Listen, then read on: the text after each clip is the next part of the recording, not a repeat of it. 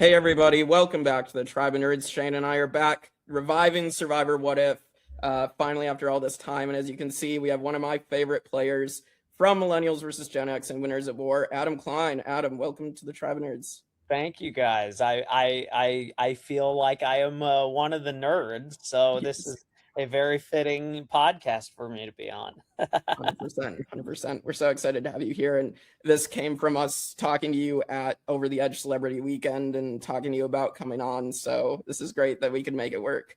Yeah, it was fun to meet you guys, and I'm happy to be here.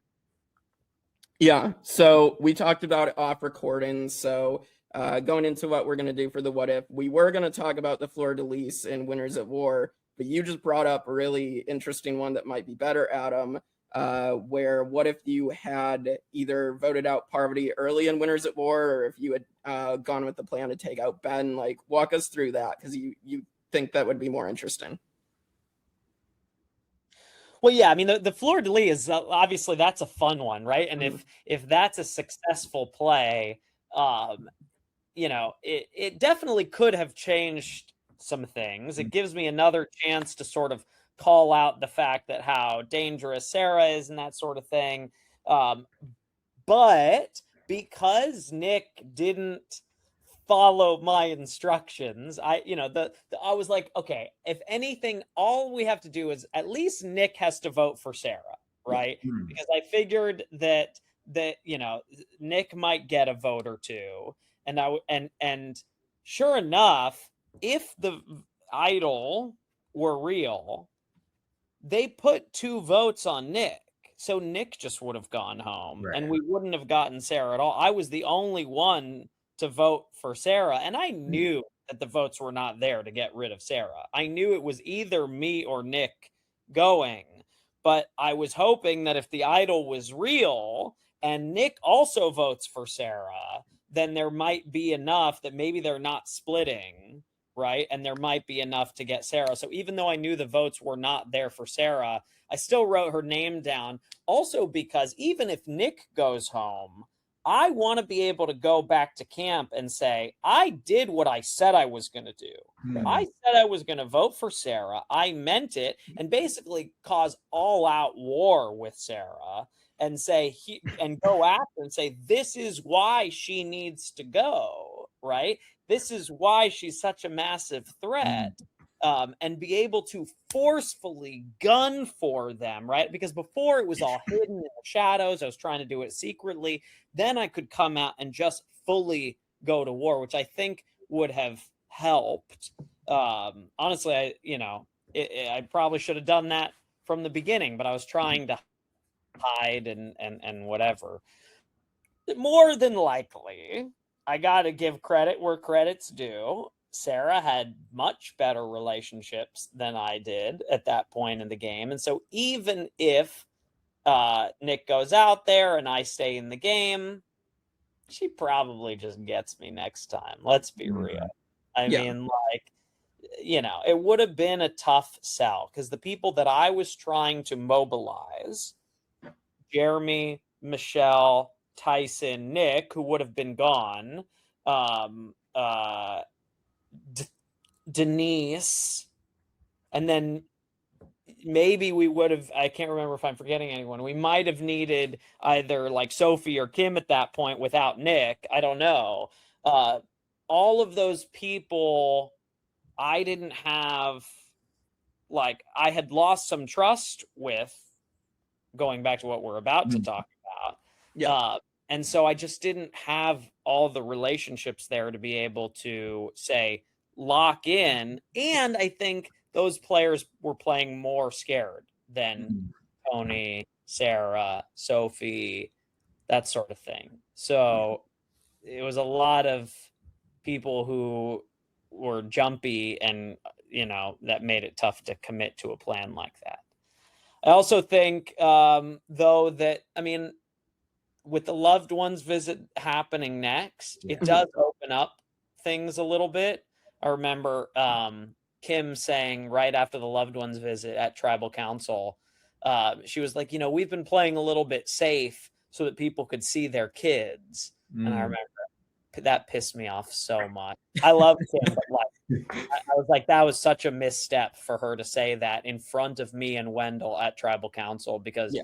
I do think I would have remembered that at final Tribal Council. If it's like, okay, I know that everyone's kids are so important, but like my family is as important to me as your family is to you. And so to say we wanted to prioritize everybody and their kids, like that's hurtful. But once that passes, if that's true, that now they open up and can play a little bit more, maybe they're more willing to go after Sarah. Yeah, it's definitely interesting to think about. And I did want to bring this up because I know I had read an interview or a tweet that you had said at the time that you got the inspiration for the Fleur-de-Lis from Survivor South Africa with Palesa. So I did want to bring that up because we've also covered Survivor South Africa on the channel as well. And I need to correct you, not because you're doing anything wrong. It's the same lesson that I needed to learn myself, but I found out afterwards that it's apparently pronounced Fleur-de-Lis. Oh, and the S is silent. But I say on the show Fleur-de-Lis, so I said the same thing that you said, but apparently it's Fleur-de-Lis. But yes, I watch International Survivor, and I saw Palesa on Survivor South Africa find an idol. She got a clue for it, but she found the idol in the center of the podium, just like where I thought it was on Winners at War. So there was some, and I was like, Jeff's been talking about this since Game Changers. I remember to EW, he had an interview where he's like, there's going to be idols hidden at challenges and at other places, maybe even at Tribal Council. Like he said at Tribal Council, I just think that on Game Changers, remember they all held their idols until so they didn't get put back into the game. So they had the idols where they got them, in other places, but then they just never got put back in. So I think that at one point they intended to hide an idol at Tribal. Now they're probably never going to because they hate me and I never existed. But I don't know. I still think it's a cool idea. 100%. Shane? Yeah, I think that it's good because it keeps people on their toes for that too.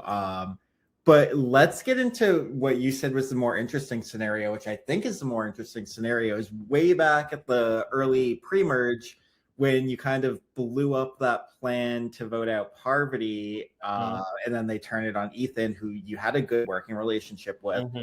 What if instead you either don't blow up the plan or you do go with Rob, Parvati, and Ethan? Like, how do you think your game goes from there?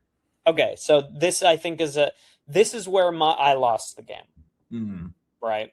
And so going back to this moment feels like a pivotal what if, at least for myself. Right. And I do think it had the potential to really change the course of the game for a lot of people.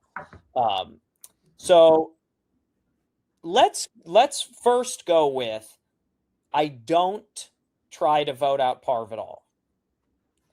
I stick with Parv and Ethan and Rob and Denise, because we had a 5-person alliance from the beginning. That's what helped me survive the first vote. I went to work to create that alliance so that I wouldn't get voted out first. Right. So that worked.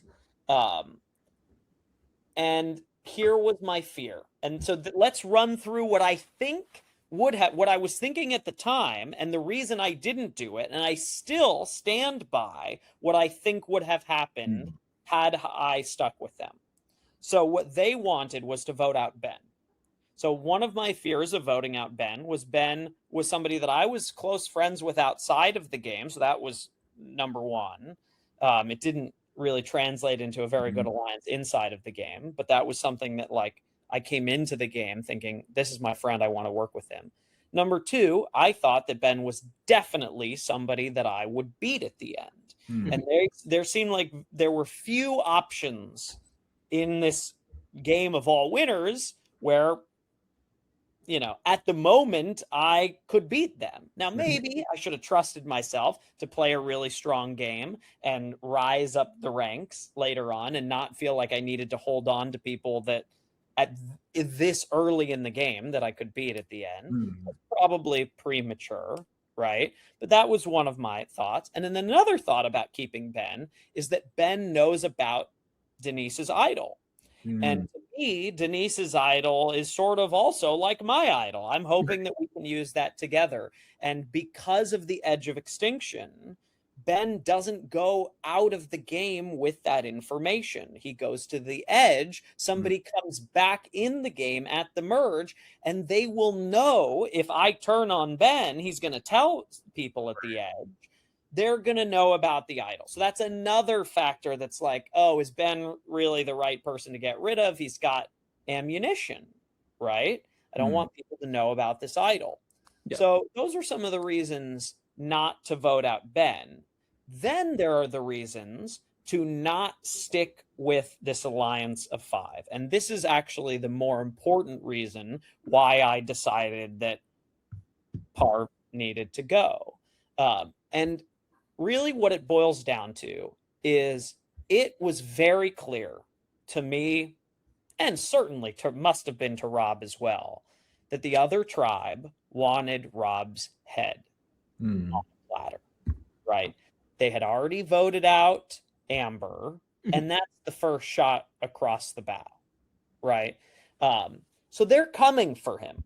And as they should probably, right? He's a big target. He's Boston Rob. He's got his head on his statue, whatever.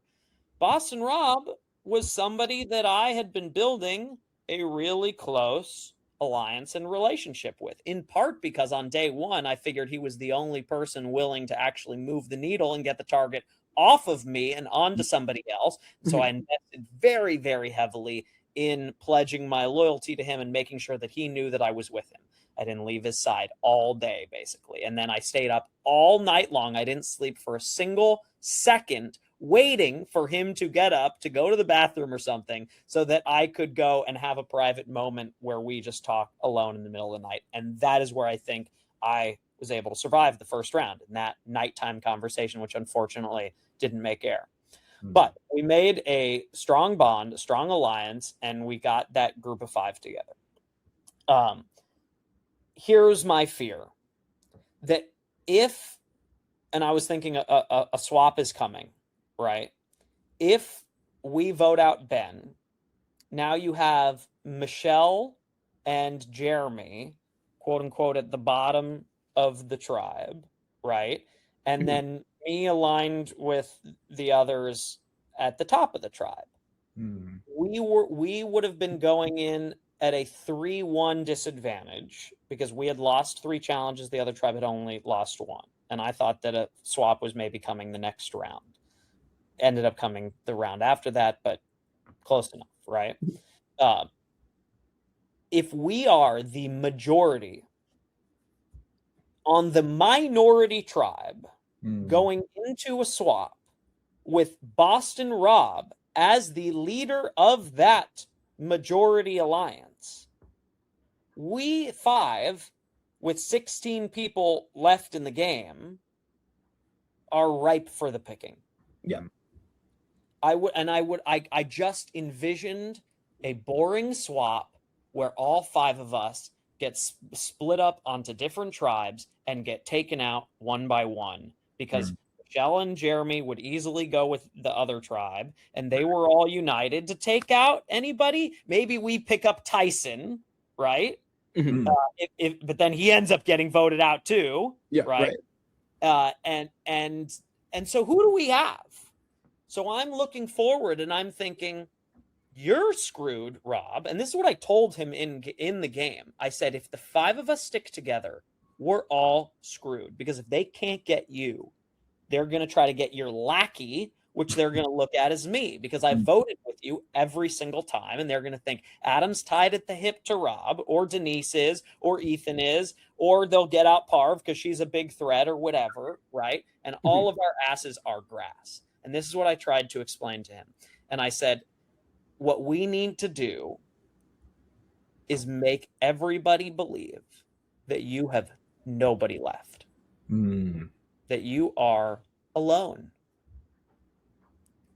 Only then do I think there's a chance that maybe maybe they let you slide in the game, Hmm. right? You can't control this game from start to finish. Right. It will not. I said this to him.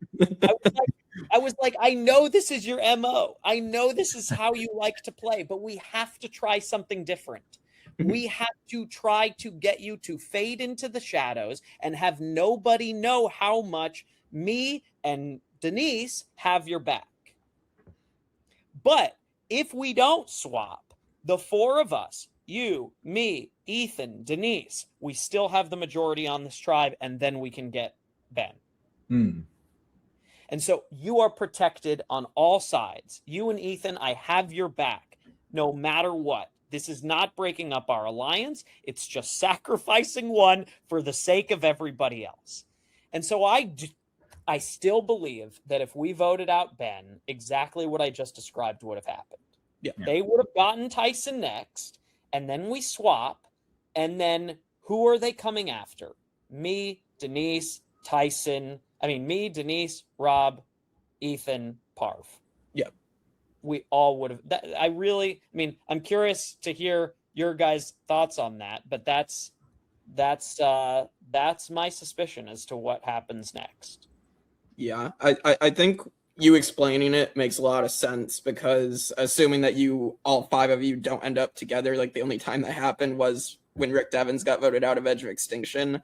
So odds of that happening are probably slim to none, and you guys get split up and they do target you or Boston Rob. We would have voted together 3 times in a row, the 5 of us. It would be very obvious that the 5 of us were aligned, and it's just too obvious. It's way too obvious, and they would just vote us out. And so I was like, "What? Somebody's got to go." And I don't want it to be you, Rob, and I don't want it to be you, Ethan. And so it's got to be Parv. And I know you guys are close to her, but they're gonna think you've got nobody left. And I also told Rob at the time, I said, there is nothing you can do about this. It is going to be Parv tonight, right? They want if it's not Parv, it's you. They want an old schooler's head. There's nothing you can try to turn it on me. It's not going to work. I told him this, and he tried anyway, because he just had to be in control. But I said, it's not going to, and I was right. Yeah. They had every reason to vote me out, and they didn't, because they wanted an old schooler's head so bad. Right. They flipped it to Ethan, sure, but that's not a win for you, Rob. Do you know what I mean? So what did you accomplish besides burning anybody that had your back and still going into the swap with nobody? But now you actually have nobody, not like people that would have protected you. Do you know what I mean? Yeah. I knew what would happen if he tried to fight it. And I thought that he had the capability to let it go, and I was wrong. I was very wrong. Unfortunately, it's not in his nature. It's not in his nature to trust. Because even after the game, he was like, "I would have had to trust you," and I'm like, "Yeah, that's the point." Yep. I had your back. You see it in confession. I'm saying I want to work with Rob long term in this game. Who else is saying that? Yeah. Nobody. Right. Yeah. So ultimately, my mistake. I should have known better. I should have known better. I should have known that Rob would not go for this. It was an extremely ambitious plan, and it didn't work, and it crumbled my game. What about should we go with the other what if I vote out Parv but I don't tell Rob and Ethan? Yeah. Absolutely. That one I think is better. That one I think I just try to do the damage control. Look, most likely 95%, especially if I don't warn the Godfather about this in advance, he's coming for me so hard after this. Right? And so do I get to maintain that relationship with Ethan and Rob? No, I don't think so. But would have been better than what did happen, which is I don't maintain the relationship with them because Ethan goes out and Rob turns against me. Parv obviously is still in and hates me. She would have been out, and then I try from there to try to rebuild with Rob and Ethan, and at least then I don't break trust with Jeremy and Ben and Michelle. So yeah, well, that one's interesting. The best compromise in terms of if I could go back in hindsight, what should I do? I think, I mean, it's honestly close between voting out Parv and voting out Ben and not doing any of the crazy schematics, Right. Because I still think there's a lot of danger in voting out Ben. I don't know. What do you guys think? What do you think would have been the best play, knowing that what I did was not a good one? Right. Well, I do think, like, if you go with what you just mentioned, if you vote out Parv, like, yes, Rob hates you, but Ethan's still in the game, and, like, you had a good relationship with Ethan, and Ethan seems very, like, level-headed and willing to, like, go on both sides and not hold a grudge. So that I could think be I good could for have you. maybe gotten Ethan back. Yeah. I think you could have too. Yeah. And, like, maybe Ethan could have talked some Rob's a dead man walking anyway, so forget it. Yeah. You know? Yeah, because even, like, let's say the swap happens the same way. Like, if Rob were to try to vote with Sarah and Sophie, I feel like they're not going to go with him anymore. No, Rob would have been voted out anyway. And I've now maintained much better my relationship with Ben, and so maybe Ben can stick with me in a swap. You know, because losing Ben's trust was really damaging to my game. I tried like hell to get it back, and he just never fully trusted me. Yeah. The show made it clear, like, Ben wanted you, like, dead. Yeah, he just didn't trust me, and it was really misguided because even after everything, I still, I mean, it's a little bit not the nicest towards Ben, because the reason why I was never coming after Ben was because I still wanted to go to the end with Ben, because I really believed that I would beat Ben at the end. So, but it was also that I was friends with him before the game, and so I was holding on to both of those things. But it just became more and more difficult to do that. But I never ever planned on voting Ben out. I was like, I'll drag you kicking and screaming all the way to the end if it's like, but that was obviously tough. Tough to look. Let's Ben. Tony's pitch to Ben made a whole hell of a lot more of a positive impact than mine, because I went up to Ben and Michelle and I'm like, they all think we suck, so the three of us need to go to the end together. Yeah. Tony went up to Ben and said, we're the Lions, they're the Hyenas, we're the best ever players, and they're all going to try to gang up on us. Which feels better? Not my pitch. Right. I don't do good. The feeling stuff is not my strength. I go with the logic, but Yeah, but if he went with your pitch, like if he made it to the end with you, him, and Michelle, like he has a better chance than if he went with Tony. Definitely. Are you kidding me? And like he even realized that at the final five, he's like, I have no chance. Just boost your resume and vote me out instead. Yeah, I mean, I think he might have learned that in part because Natalie came back from the edge and started saying stuff. But but yeah, I mean, look, if you want to make somebody feel good, you don't do what I did. That's for sure. Yeah. Brutal honesty. Brutal honesty. It works sometimes and it doesn't. It depends on the person. And that's the depends on the person is the piece I tend to miss. Yeah. Although, I mean, I'd rather personally like have the honest truth hurt, but have a chance at $1 million than like be told. And that's why we are the tribe of nerds. Yes. Exactly. My arguments would have worked on you guys. Yes. But not on everybody. That's unfortunately not. Like on Will, this is how I won on Millennials Gen X. Yeah. Like my brutal honesty worked really well with young Will Wall. Oh, really well. Yeah. And he was key. Yeah, well, because he wanted to make a move so badly, and so you gave him that opportunity. And because I'd been so brutally honest with him up until that point, when I finally lied to him for the first time, and it was a big lie, and I said, yeah, I'm going to flip-flop with you every round, and we're going to pendulum strategy this thing and go all the way to the end, he believed me because I had been so brutally honest every time up until that point, telling him why I targeted him and all the things he did that made me want to vote him out and all this stuff. So, you know, it can work, but it depends on the person. Yeah.